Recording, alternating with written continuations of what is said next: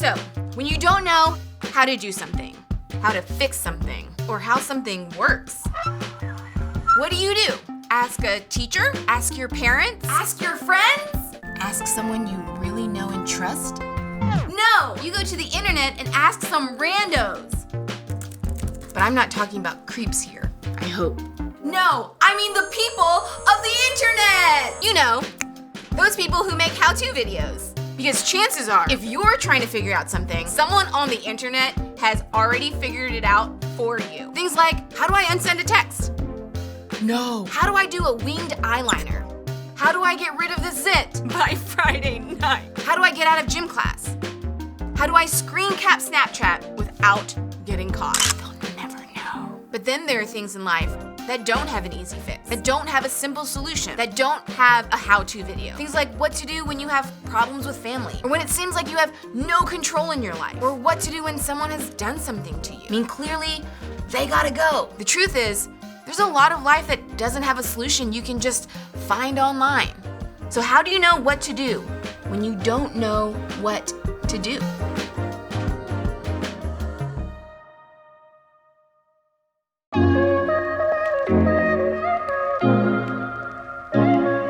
What's up, everyone? When I was in high school, my friends and I went to Taco Bell a lot. Back then, you could order a couple tacos for around $1, making it the perfect place for those of us who were short on cash. The only problem was $1 was still a lot of money for someone without a job. So there were a lot of days I showed up at Taco Bell and didn't have enough money to order anything. So on those days, I played it off and just said I wasn't hungry. But my friends paid attention when I said I wasn't hungry and knew it was more of a money issue than a hunger issue. So they would tell me, order a couple tacos, I got you. And every time I'd say thanks, I'll pay you back. But typically they'd say, no, don't worry about it. Not asking to be paid back is kind of heartwarming when it comes to borrowing money for tacos. But other times, it can be kind of complicated. Outside of paying money back to someone you owe, the idea of payback also comes up when somebody hurts us. For example, when someone talks about us behind our back, we want payback. When someone flirts with our girlfriend or boyfriend, we want payback. When someone fails to text us back or invite us to a group outing, we want payback. And in those moments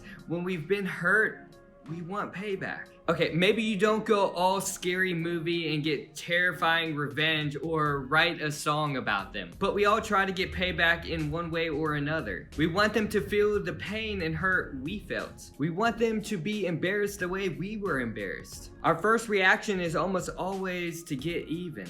Or at least get something in return. Even if it's just knowing our shady Snapchat comment was actually about them. And isn't it true that the closer we are to a person, the more we want payback? Most of you aren't trying to pay back someone else's brother or sister. Your feelings probably aren't hurt because of someone else's best friend. And you probably aren't angry because of what someone else's ex did. The people who are closest to you and the people who know you best have the most potential to hurt you. So they're most likely to be on your list of people who owe you payback.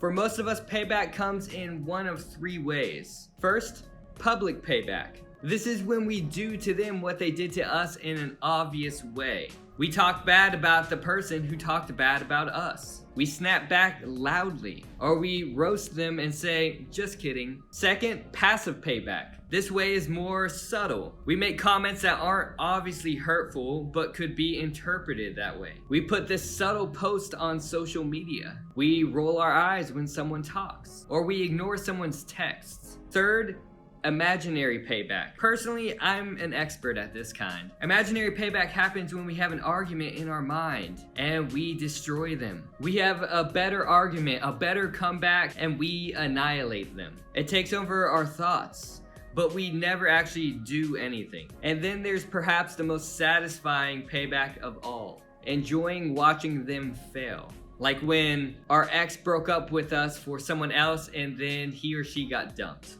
Our mom snapped at us and hurt our feelings, and now she's crying and apologizing. Or that one guy who made fun of us in 3rd grade face plants during a pep rally game. In those moments, it feels like justice, doesn't it? It feels good to see someone get what's coming to them, whether that's good or bad. And that is exactly the sort of situation Joseph found himself in as we wrap up his story.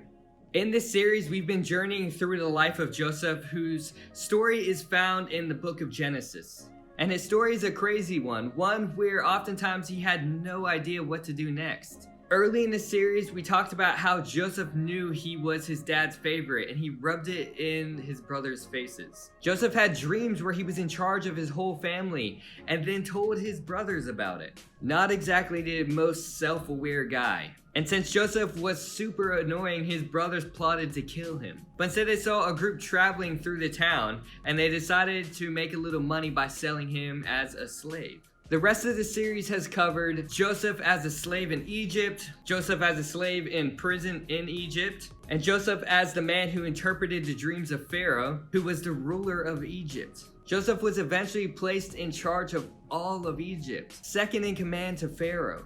Not a bad outcome for a kid who was sold into slavery by his brothers. But then there's a plot twist. After Joseph was second in command, there was a food shortage where his family lived. So Joseph's dad, Jacob, sent the brothers to Egypt to ask for food because their country was out and they were starving. At this point in the story, Joseph's family thought that he was dead. So of course they weren't even thinking about the possibility of seeing Joseph when they got to Egypt to ask for food. When they arrived in Egypt, they saw Joseph. Not knowing it was Joseph, a huge drama unfolded. You can read some of the interactions between Joseph and his brothers in Genesis 42 to 50. Trust me, you don't want to miss it. Reading through the back and forth, knowing the backstory is like being in a movie. Let's pick up in Genesis 45. Then Joseph could no longer control himself before all his attendants. And he cried out, "Have everyone leave my presence." So there was no one with Joseph when he made himself known to his brothers. And he wept so loudly that the Egyptians heard him, and Pharaoh's household heard about it. Joseph said to his brothers, "I am Joseph. Is my father still living?" But his brothers were not able to answer him because they were terrified at his presence. Imagine the tension and emotion of that moment. Joseph was face to face with the people who tried to kill him. His own brothers who sold him into slavery. The same brothers who ironically were asking him for help. This was a get what's coming to you kind of moment at its finest. Everything was being set up perfectly. Payback was dropped in Joseph's lap. Joseph could have refused them food. He could have had them thrown into prison and maybe give them a taste of their own medicine. He could have had them killed. They were certainly willing to do to him. Pause. What would you do? In your own head, be honest with yourself. What would you have done with all the power to hurt the person or the people who had hurt you the most? Honestly, I don't know. As the story continues, Joseph asked his brothers to walk over and stand close to him. You can imagine the terror the brothers felt in this moment. And Joseph said this, "I am your brother, Joseph, the one you sold into Egypt. And now do not be distressed and do not be angry with yourselves for selling me here, because it was to save lives that God sent me ahead of you. For 2 years now there has been a famine in the land, and for the next 5 years there will be no plowing and reaping. But God sent me ahead of you to preserve for you a remnant on earth and to save your lives by a great deliverance." Now there's only one reason Joseph could have responded the way he did. He didn't try to get payback because he had already let go of the idea of revenge. He had already done the hard work of forgiveness. How do we know that? Because Joseph could look in the eyes of the one who had caused him the most grief and care about how they were feeling. When Joseph said, "Do not be distressed and do not be angry with yourselves for selling me here," he was acknowledging their wrong and his hurt without creating more hurt. Only a healed person could do that. Only someone who had forgiven could do this. Joseph chose forgiveness over payback. And we see that in the moment when he had the greatest opportunity for revenge. Somewhere between being sold into slavery and being reunited with his brothers, Joseph had the hard work of giving his hurt to God and allowing God to be the central of his healing. That's why Joseph was quick to acknowledge God in the area where his brothers had caused him the most pain. It didn't make what his brothers did okay. It didn't make Joseph's pain any less. It just took the real pain and the real hurt and no longer put them in center stage. It put God there instead, and that made forgiveness possible. Forgiveness was not only for his brothers, it was freedom from his own pain too. Joseph went on to tell his brothers to go get their father and move the entire family to Egypt because the famine would continue, and without making the move, his family would suffer. And then this happened, and he kissed his brothers and wept over them. Afterward, his brothers talked with him. That may be the only thing better than payback, reconciliation. This is where we see God do the impossible in a relationship, bring peace when there has only been hurt, all because of forgiveness. When it comes to other people hurting us, we too have the opportunity to choose something better than payback. In fact, there's a simple way to remember it. When you don't know what to do, pursue peace instead of payback.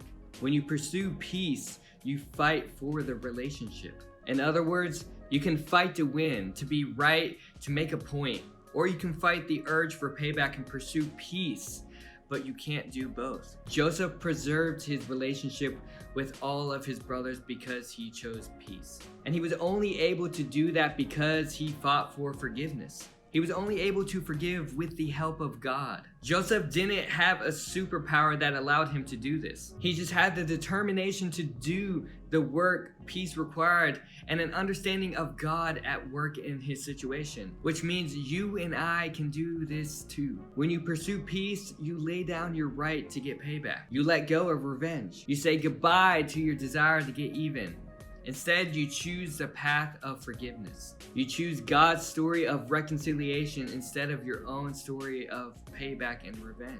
This is easier said than done, and something you may have to work at daily, but the ultimate benefit is for you. You not only have peace with them, you have peace in you. Here's why this is complicated. Because what happened to you isn't what happened to Joseph. In fact, I could tell dozens of stories and none of them would be exactly like yours. Maybe you spent the whole time wondering, do you always have to reconcile? What about when it's toxic? What if you're the only one who did the hurting?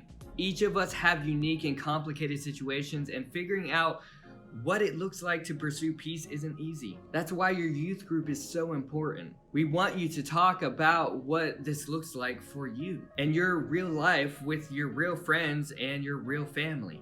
Think about what you have the power to do when it comes to pursuing peace. What do you need to decide? What do you need to forgive? What offense do you need to bring to God? He can do incredible things in your story that you may not be able to imagine yet. So when you don't know what to do, pursue peace instead of payback.